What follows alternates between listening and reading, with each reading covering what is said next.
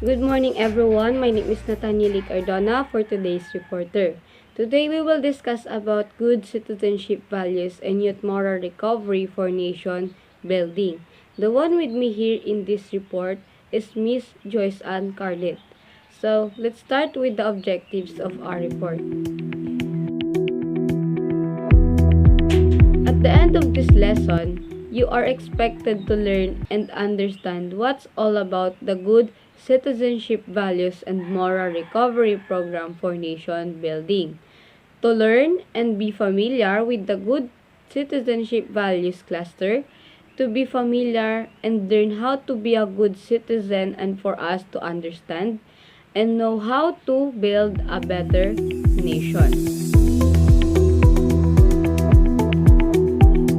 According to Commissioner Teresita de Baldassar, good governance is not enough to let work on being good citizens. If we have to build a nation, that we have to demand from ourselves, each of us to be a good citizens, that is valid base. Let's not leave our future in the hands of our leaders alone. Senator Leticia Arshahani asserts that there is a need to change structures and change people.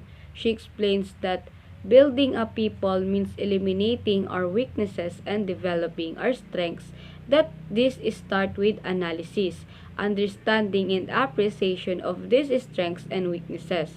We must change and understanding oneself is the first step. Before the values of a citizen, who are the citizens of the Philippines? Section 1 of the Philippines Constitution provides the following are citizens of the Philippines. Those who are citizens of the Philippines at the time of the adoption of this Constitution.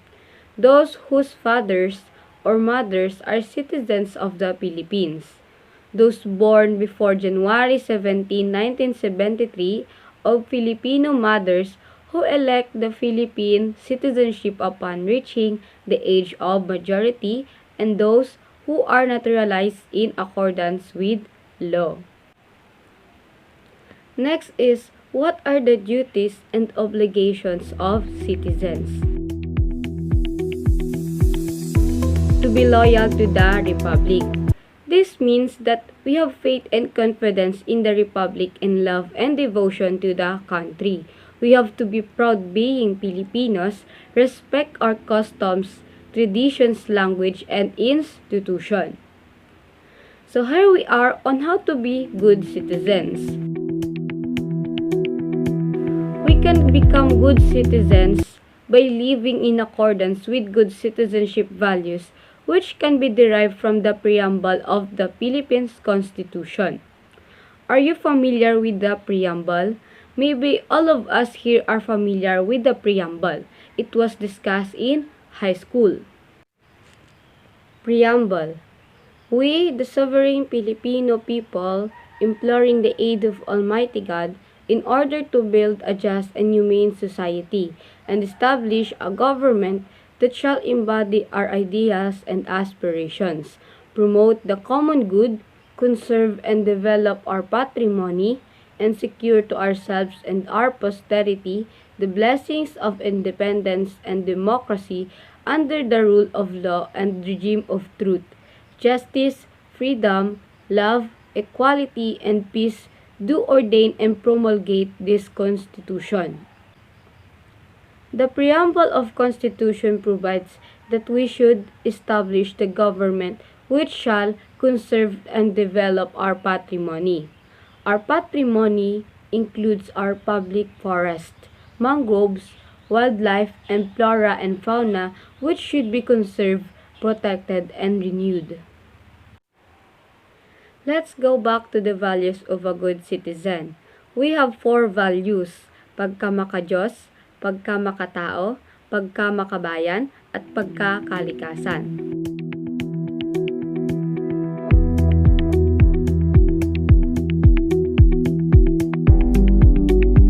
If you have pagkamakadiyos, you must have faith in the Almighty.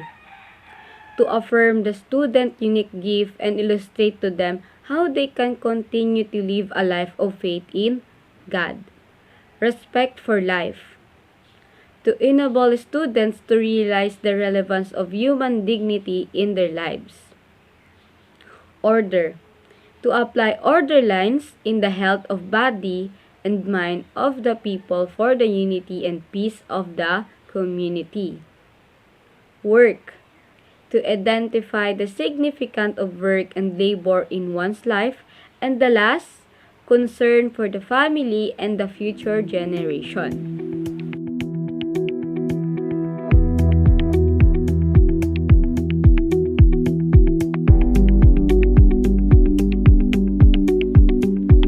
Next value of good citizens is pagka-makatao. If you have humanity or pagka-makatao, you have love. To illustrate the real essence of love and how can truly be applied. Freedom, to raise the interest and the appreciation of the value of freedom on your life.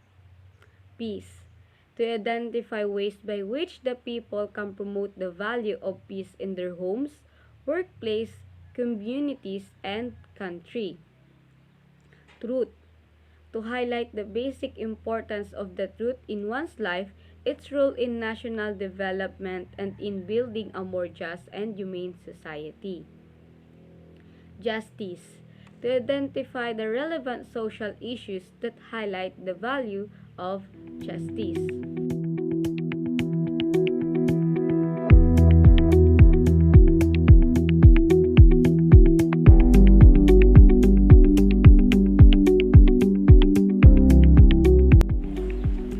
So here I will cut my report that the next reporter, Joyce Ann Carlit, will continue to explain about pagkamakabayan and pagkamakakalikasan. And I hope you learn something and gain information and ideas in my report. Thank you for listening and watching.